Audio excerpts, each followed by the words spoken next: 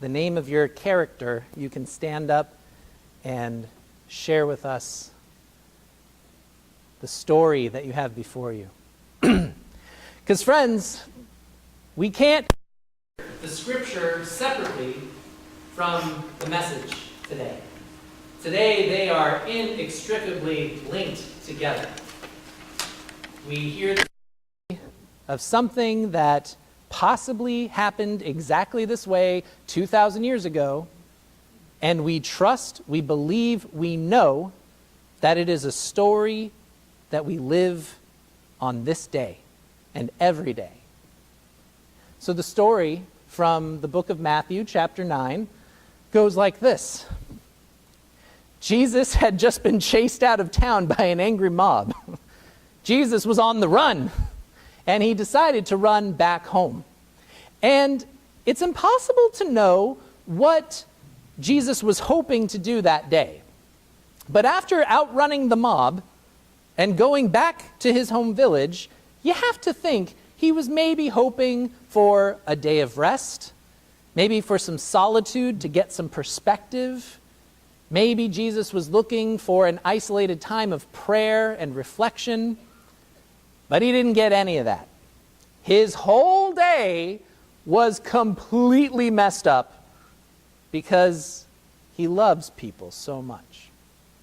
Love just messed up Christ's day. And it started when he heard the story of a man who was paralyzed, a paralytic.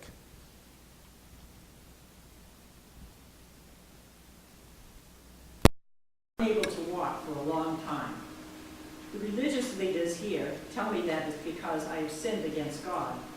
They say that if I allow them to take me to synagogue and make sacrifices to God, then God might forgive me and I'll be healed. It's just an example of something that happened in this town every single day. It was just normal. There was this person who couldn't walk and who was told by the religious leaders that you must have done something wrong to deserve that. And if you pray hard enough and sacrifice enough, God will eventually forgive you, and maybe then you can walk. But Jesus went right up to that person and said, "Beloved son, you are forgiven. Stand up and walk." And he did.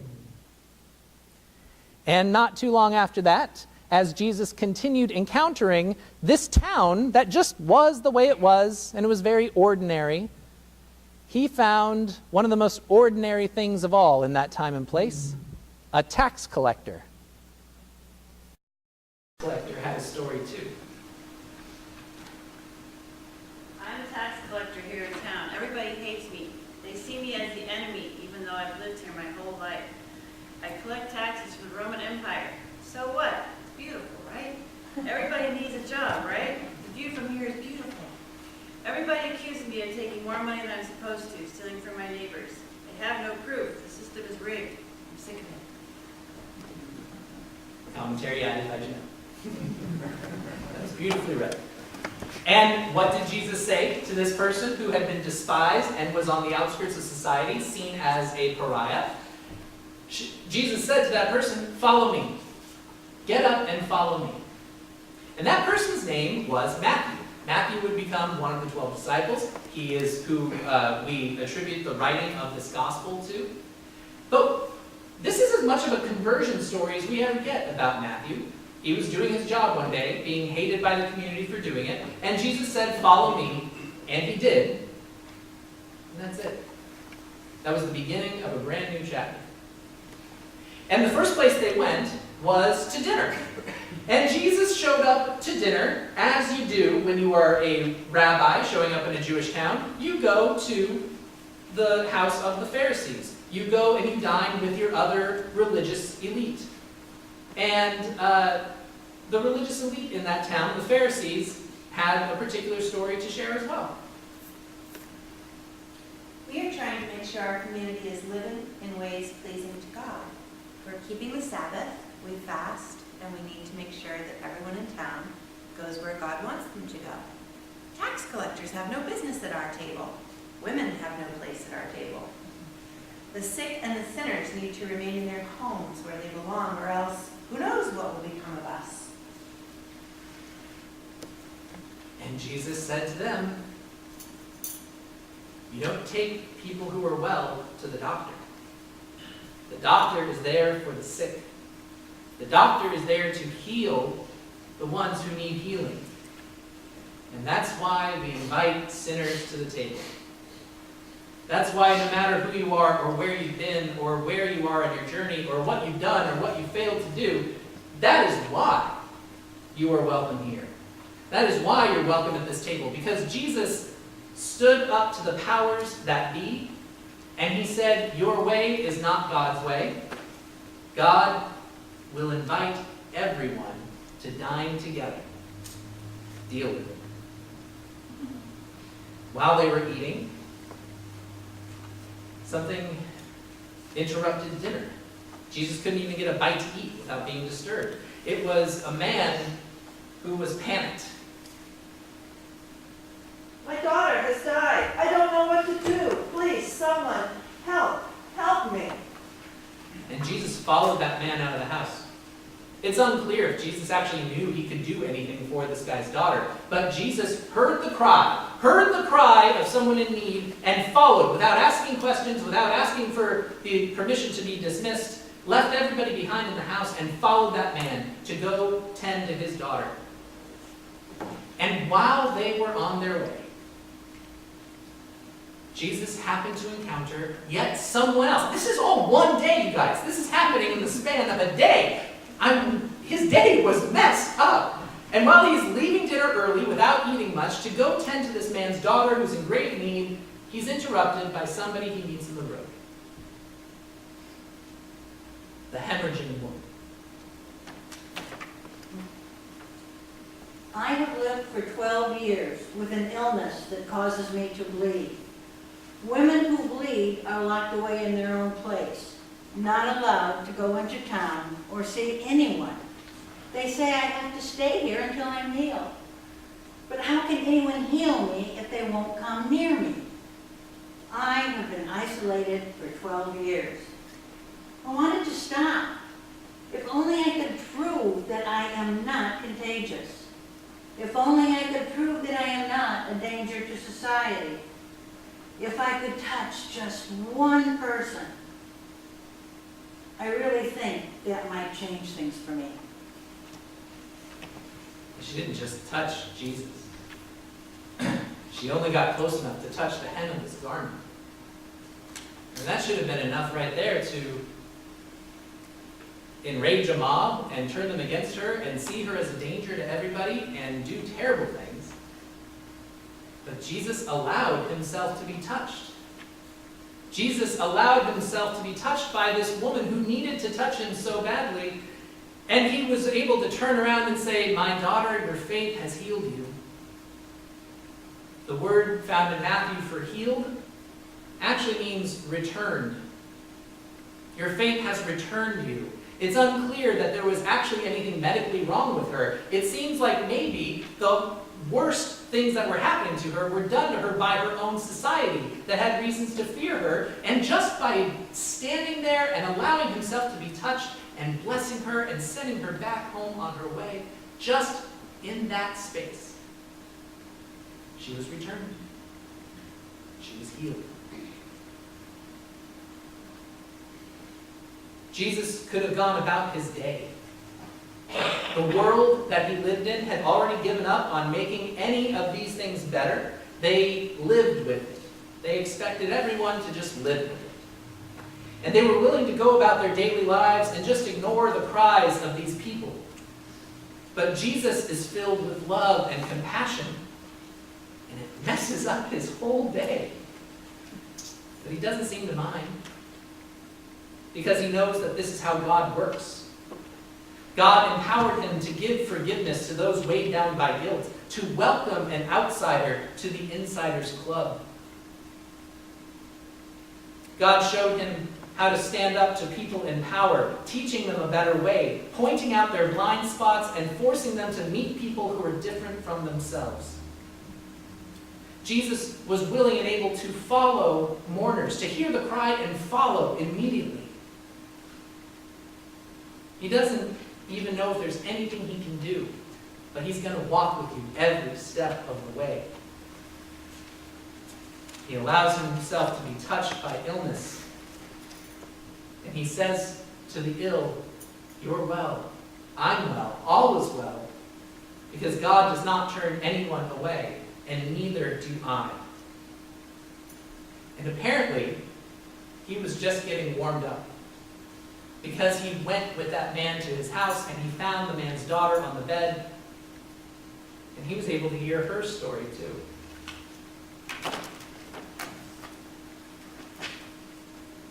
I was laying on the bed, unable to move, and it looked like everyone thought I was dead. I wanted to scream out, "I'm not dead, I'm alive, I'm here." But I couldn't move. And then this man came in and told him I had only been asleep, and he took my hand. It was only then that I could sit up. He also met 2 blind people that day. Men who could not see what they were told they should be able to see. And he said to them, "Do you believe I can heal you?" And they said, "Yes," and he did. Suddenly they could see the world as it is, with God surrounding everyone and everything. He met a man who was possessed by demons and could not speak. And after casting out the demon, something that is so dark and evil and strange, we don't even know what to call it. But he stood up to it and he protected this man from it. And the man was given a voice once again, not having to live in fear and silence any longer, able to tell his story. All of these experiences added up to Jesus looking around Israel. He looked out at the thronging mobs and all the villages, and the only thing it left him knowing was that there is an awful lot of opportunity to love out there. The harvest is abundant, and the workers are few. And so he turned to 11 of his closest followers and friends, and this new tax collector named Matthew. And he gave them the ability to go out and do what he did. To forgive, to welcome, to teach, to correct, to stand up to power, to follow the cries, to allow themselves to be touched by others, to go forth and touch others without fear of social norms or mores, and to call others, to see the world as filled with God's love and light and share that good news with one another, spreading the gospel, telling our stories, and calling more people, calling in more and more people to do the harvesting. Because the harvest is so great, because God's love is so abundant and present and near. The only thing we are lacking are the workers. We need more workers. So Jesus called the 12, who then called others, who then called others, and now here are we in this room.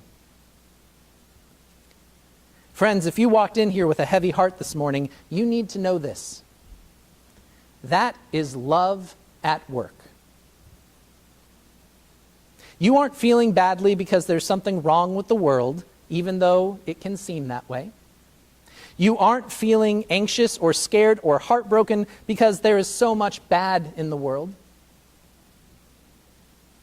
You are feeling these things because of the love that abides in you. It is love that makes us sensitive to injustice. It is love that opens up our heart and alerts our ears and attunes our entire souls to the needs of others. It isn't evil. Evil makes you go to sleep. Evil makes you blind. Hate and anger make us not see clearly. Love is the reason why you feel what you feel. You are servants of love.